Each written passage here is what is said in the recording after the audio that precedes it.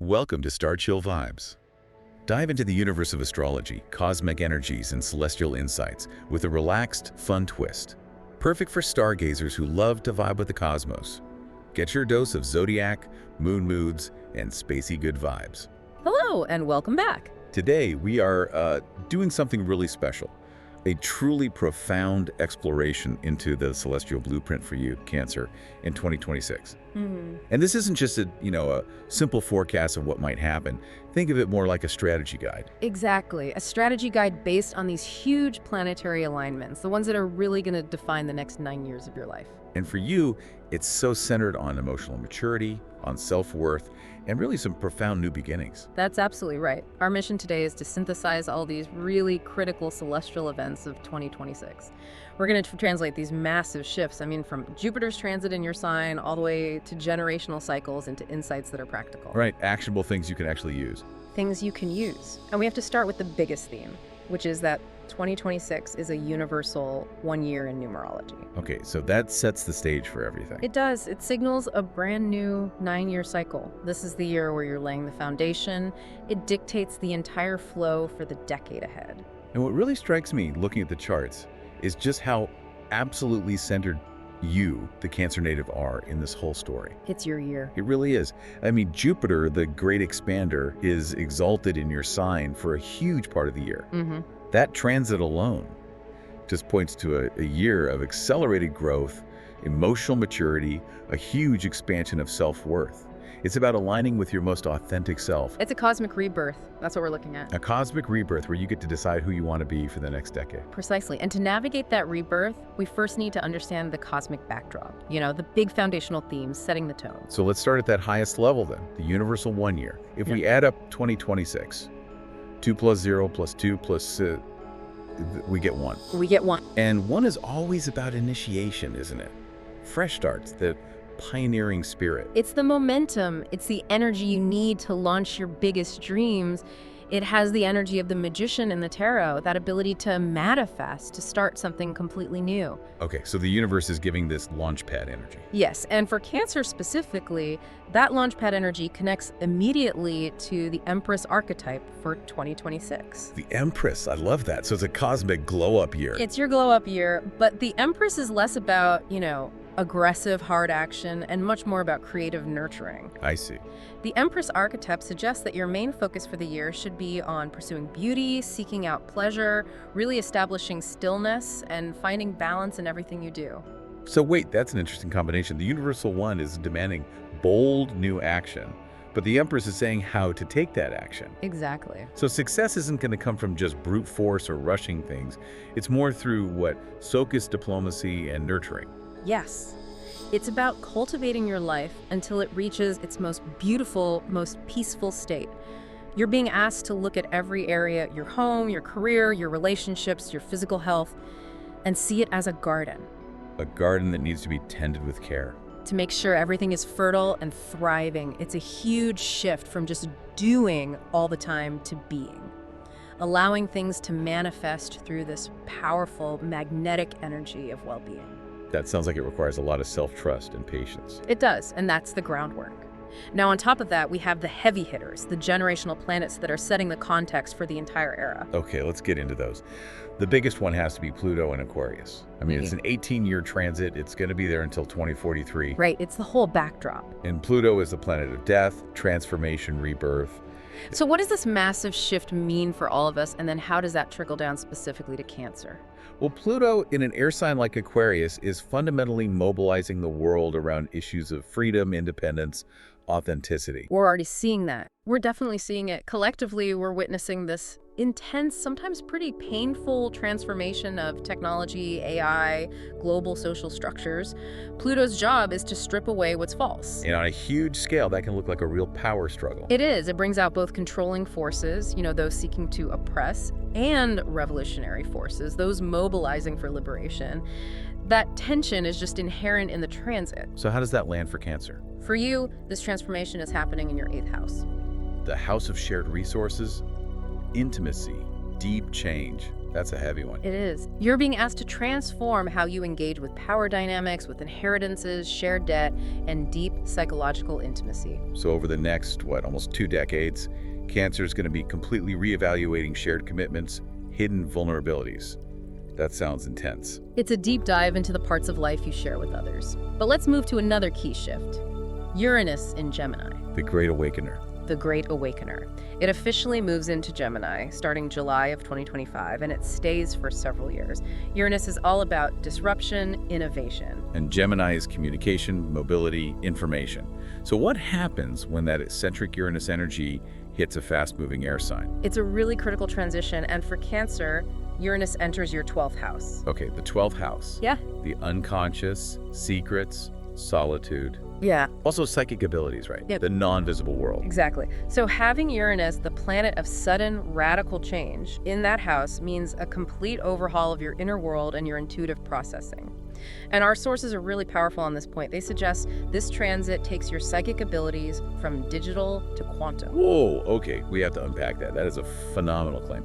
What is the difference between digital and quantum intuition? Or think of digital intuition as linear. It's binary, predictable. It's that gut feeling that tells you yes or no about one specific situation. Like, should I take this job, yes or no? Right. It's processing one piece of data at a time. Quantum intuition, with Uranus's influence, is non-linear. It's unpredictable. It's a simultaneous understanding. So you're not just getting a yes or no? No. You might suddenly access insights that cover multiple possibilities or even multiple realities all at once. You might have these incredibly vivid precognitive dreams or sudden realizations that seem totally disconnected from logical thought. And the 12th house is where you retreat from the world. So Uranus is demanding freedom in that inner space. Radical freedom. Practically for you in 2026, this can manifest in a few ways. The 12th house governs hidden things, so Uranus here could trigger spontaneous, secret journeys. Trips that you just keep private. Exactly. Or if you're involved in, say, covert research, working on a long-term thesis, applying for visas or grants behind the scenes, any of that exploratory paperwork, this transit supports sudden, inventive breakthroughs. So Uranus is kind of liberating you from old mental patterns that held you back? Old mental and social limitations. If you felt stuck with anxiety or self-undoing patterns, Uranus provides a radical, maybe disruptive, but ultimately freeing path out of that. So you're quietly rewiring your own subconscious operating system before the big published shifts hit. That's a perfect way to put it. And speaking of major shifts, we have to talk about the colossal cycle change with Saturn and Neptune. This is one of the biggest moments of 2026. It's one of the most defining.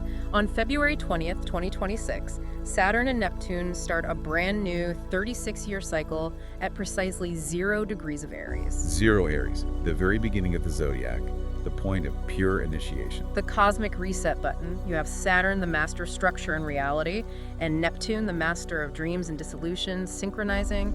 Saturn actually enters Aries a bit earlier on February 13th, so that whole second half of February is just buzzing with this energy. A 36-year cycle resetting. That signifies a complete overhaul of how we see reality versus our collective dreams.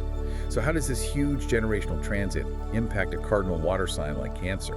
This conjunction lands right in your 10th house. Career, public standing, authority. Wow, right at the top of the chart. Right at the top. As a cardinal sign, you're driven to initiate and lead. But as a water sign, you lead through emotion and nurture.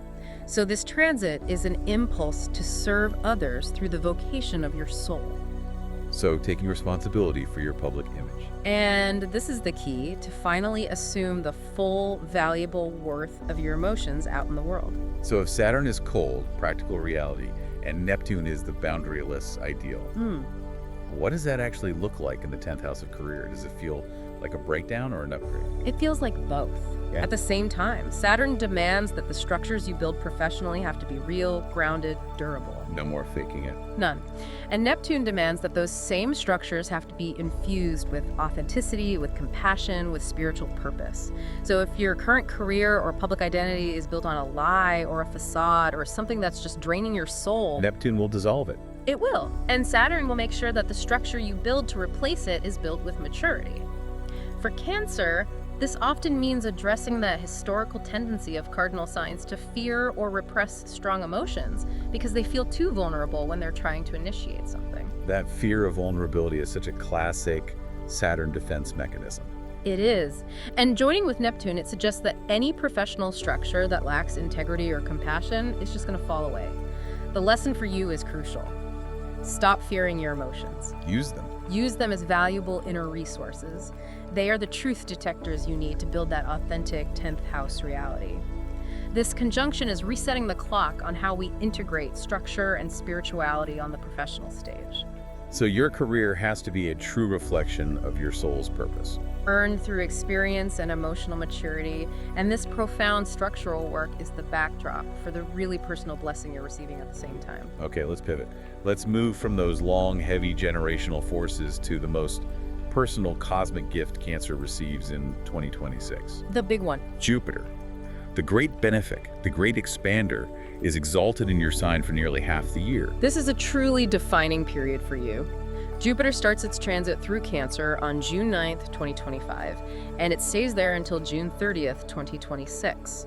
This entire window makes Cancer one of the most fortunate signs for beneficial aspects. Can you explain exaltation in practical terms?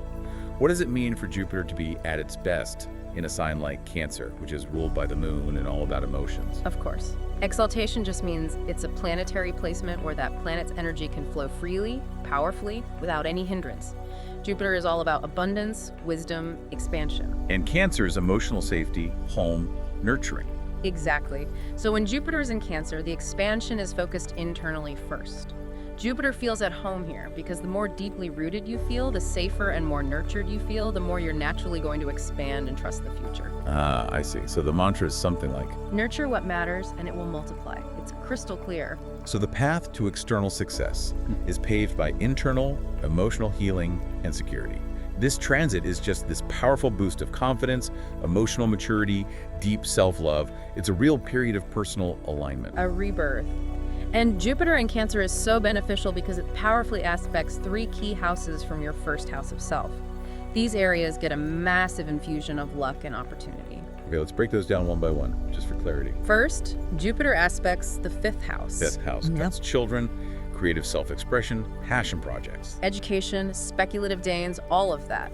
This suggests a period of successful learning, maybe focusing on children or teaching. A huge boost in creative output. Any artistic or passion-driven project you start now just gets Jupiter's blessing. So if you've been wanting to start painting or write that book or get an advanced degree, this is the time. This is the springboard. What about the 7th house? The 7th house is all about one-on-one relationships, partnerships, marriage, even open enemies. Jupiter's glance here brings opportunities for union and partnership. So existing relationships could deepen. They'll deepen through shared wisdom and respect, and new, really significant relationships, both romantic and business, can come into your life. And they'll be characterized by expansion and mutual understanding. It helps resolve conflicts and really fosters growth with your partners. Okay, and finally the 9th house, higher wisdom and fortune. The 9th house governs spirituality, long-distance travel, philosophy, higher learning. This is Jupiter's home turf. Right. So this transit brings major boosts in wisdom, spiritual insights, potential for long-haul travel, or even initiating a completely new life philosophy. It's an intellectual and spiritual upgrade. It gives you the sense of optimism and guides you toward your highest truth. The sources really emphasize that for these beneficial aspects, Cancer is arguably the most fortunate of all signs during this window. Without a doubt. But even abundance needs a review period. Jupiter has a pretty significant retrograde window during this transit. It forces a moment of reckoning, doesn't it? It does. Jupiter retrogrades from November 12th, 2025 to March 11th, 2026.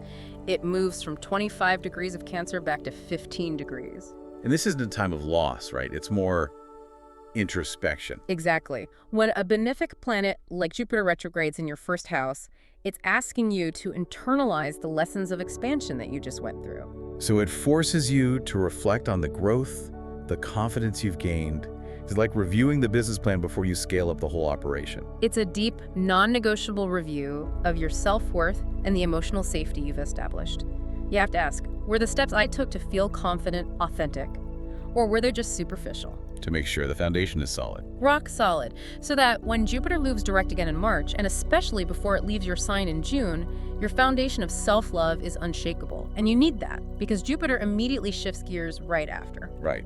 As soon as Jupiter wraps up its visit in Cancer at the end of June, It moves into Leo in July 2026. And that activates your second house of money, finances, and intrinsic self-worth. This is a powerful once-in-12-year opportunity. Yeah. But it's a transit that demands effort, right? The timing is just perfect. Jupiter has just spent a year expanding you, your first house, building your confidence.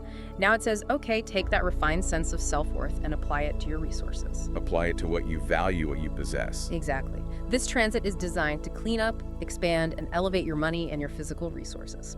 A lot of people hear Jupiter in the money house, and they just assume guaranteed riches. But you mentioned we have to work the energy. What does that strategic effort actually look like? Jupiter provides the luck. It provides the openings. It's symbolized by the Wheel of Fortune tarot card. Opportunities for raises, for new income streams, beneficial financial collaborations, they will appear. But you can't just wait for the lottery ticket. You cannot. You have to identify the opportunities and pursue them diligently. This period is amazing for developing a new skill or talent, which is an intrinsic second house resource that increases your earning potential. So it's about increasing what you value, not just increasing your bank balance. If you value your time more, you'll find ways to monetize your skills that are less time intensive. That's it, exactly. The one key caveat, however, is to be cautious about speculative endeavors. While Jupiter encourages growth, it can also encourage risk-taking. So investments, high-risk trading, crypto ventures, they should be approached with strategic, grounded thinking, not just blind optimism. Jupiter expands whatever it touches, including overspending or poor judgment. If you aren't diligent, yes. Now, let's get into some of the most intimate and intensely personal movements of 2026. Okay. Starting with a retrograde that happens right in your heart. Mars retrograde in Cancer. And this happens from January 8th to March 18th, 2026. So right at the start of this big universal 1 year. Mars is action, assertion, drive. To have that energy turn inward while it's in Cancer, the sign of nurture, sensitivity, home, that must feel like, I don't know, internal emotional combustion. It's a really critical period. This Mars retrograde is a profound cosmic invitation to pause all external aggressive action and reflect deeply on your emotional drives and how you pursue security. Mars in Cancer is already focused on home and family projects. It is, and when it retrogrades, it forces a deep reevaluation. You have to ask yourself, am I truly directing my energy toward what nurtures me? Or am I fighting the wrong battles, especially around my home life? So it slows the engine way down, demanding an internal focus. For a sign that can be known for its defensiveness, this Mars retrograde must amplify that until you learn to manage it. That is the challenge. The clear advice is to postpone any confrontational actions, any major household changes like renovations, unless you have the patience for massive delays. Right, and probably postpone big emotional decisions until after March 18th. For sure. Mars retrograde periods are notorious for high irritability, for emotional conflicts if we try to push external goals. You have to use this time to update the operating system of your emotional self. Moving away from being moody or passive-aggressive. And managing any of those defensive tendencies. This is directly connected to that larger Saturn Neptune lesson we talked about. That mandate for cardinal signs to use emotions as valuable resources, not sources of fear. Mars retrograde forces you to confront how those emotions are fueling your actions. It's the pressure cooker you need for that transformation. You have to get clear on your ambitions and your drives before Mars moves forward and before the Jupiter exaltation wraps up. That ensures your actions post-March are built on genuine self-awareness, not just reactivity. Okay, moving into the second half of the year, we hit another big collective shift with huge personal implications. The nodal shift. On July 26, 2026, the moon's nodes move into the Aquarius-Leo axis, and this happens right after Jupiter shifts out of your sign and into your money house. The timing is fascinating. The nodes are often called the karmic axis. They represent the past we're releasing, that's the south node, or K2, and the future we're embracing, the north node, Rahu. So where does this hit for Cancer? The south node, the release point, moves into Leo. And Leo is your second house, the house of money, material stability, and intrinsic self-worth. So the collective is releasing themes related to stability and self-esteem. Tied to external validation.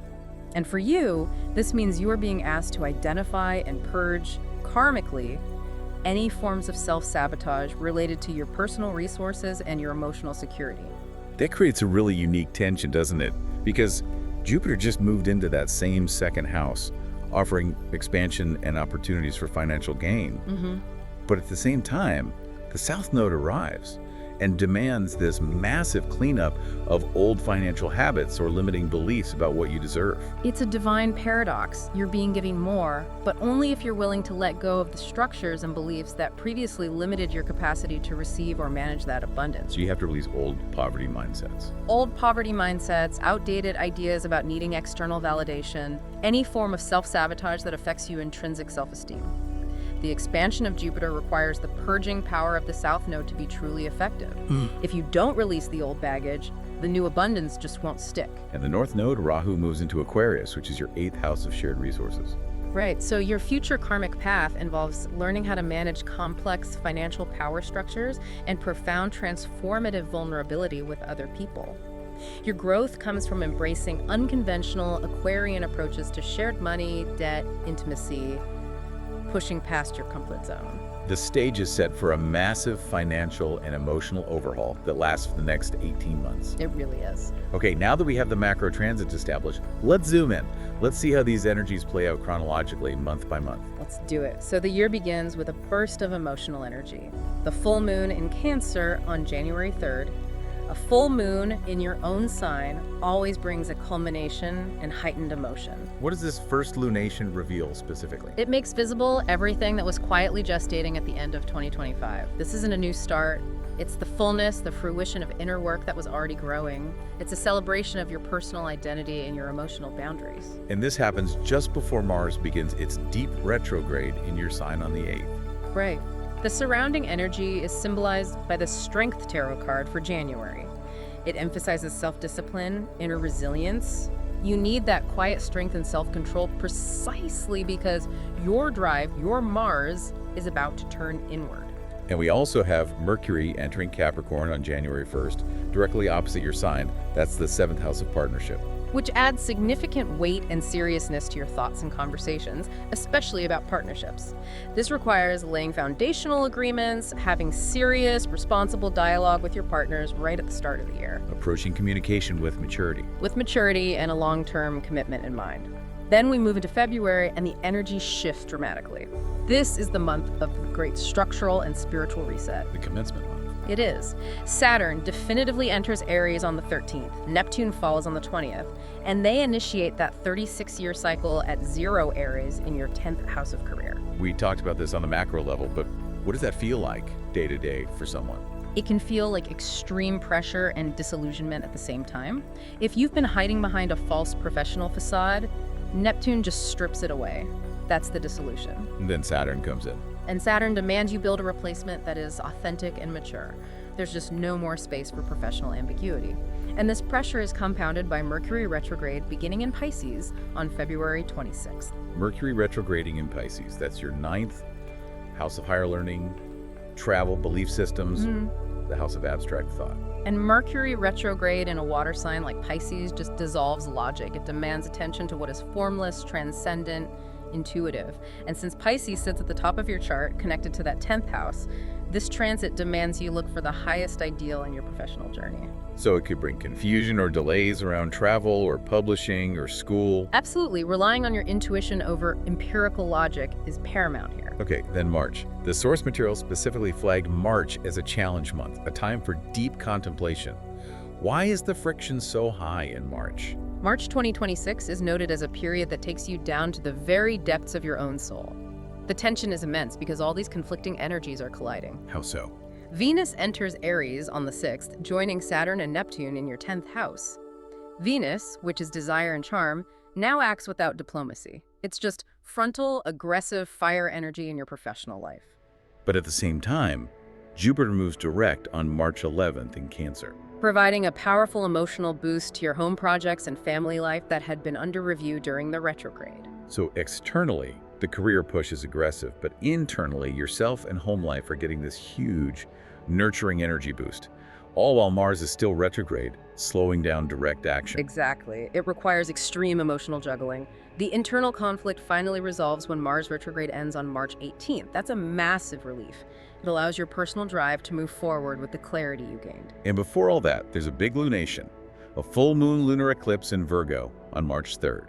In your 3rd house of communications, siblings, and your local environment, this eclipse is potent. It reveals the exhaustion of the useful. What does that mean? It signals an ending or a necessary cleansing related to your daily communications, your short trips, maybe a relationship with a sibling or a neighbor. It's a high-tension period, forcing you to surrender communication habits or local commitments that are no longer working for you. Okay, so then we move into quarter 2, April through June. The retrogrades are ending. Jupiter is still exalted. Things must accelerate. They do. In April, Uranus settles fully into Gemini, accelerating that quantum intuitive shift in your 12th house. If you work in communications or writing, you might find these sudden inventive breakthroughs that happen privately. Good time for research. A powerful time for covert research or finally getting clarity on some abstract problem. And then in June, we have another personal retrograde. Mercury retrogrades in your sign, Cancer, from June 29th through July 23rd. Mercury in Cancer is great for memory, so this period will likely bring up old memories, family conversations, issues from the past that need a final review. And this is essential before Jupiter leaves your sign and moves into Leo. It's your last chance to review your identity and emotional foundation. Okay, let's jump to the third quarter. July through September. The source material has some specific Vedic astrological details for this window. Can we translate those into practical themes? Absolutely. This is a complex mix hitting spirituality, children, home, and career. It offers both immense fortune and some specific tensions. And July itself is pivotal. Jupiter moves into Leo, your second house, and starts that whole financial expansion phase. But the Vedic details suggest tensions, specifically with finances and relationships, even with Jupiter moving into the second house. Why the friction? So, the Vedic details place Jupiter in the 9th house during the initial part of Q3, meaning fortune and higher knowledge are supported. However, the influence of Venus in the chart creates delays and difficulties in achieving your financial goals. So money support might come, but it's not instant. It could come unexpectedly, but it requires patience. You have to actively reduce expectations of instant gratification and just work diligently to harness that Jupiter energy. And what about the tension points in relationships that were mentioned? Saturn is placed in the 5th house in the Vedic chart, which governs children, creativity, younger siblings. This placement can suggest potential issues or relationship breaks with younger siblings, friends, or even authority figures. Saturn brings maturity and restriction. It does. It asks you to be highly responsible with creative projects and your interactions with younger people. It demands a serious, committed approach to your self-expression, which can feel limiting. Then we have Rahu and Ketu, the nodes we talked about, settling into their new positions, hitting that home and career axis. And this is where the tension becomes really acute. Rahu, the north node obsession, unconventional desire, is in the 4th house, your house of home and comfort. So an obsessive desire to redefine your home base. An unconventional push. You might find yourself drawn to unusual or foreign influences in your domestic life. Meanwhile, Ketu, the south node of detachment, is in your 10th house of career. Which follows that huge Saturn-Neptune reset in the 10th house. Right. So it brings a feeling of detachment or disillusionment with your public status and career ambitions. This isn't necessarily bad, it's a karmic release. You might realize that the public definition of success you were chasing just doesn't satisfy you anymore. So you're forced to prioritize your home and emotional foundation over traditional public acclaim. You are. You have to let go of past definitions of career status.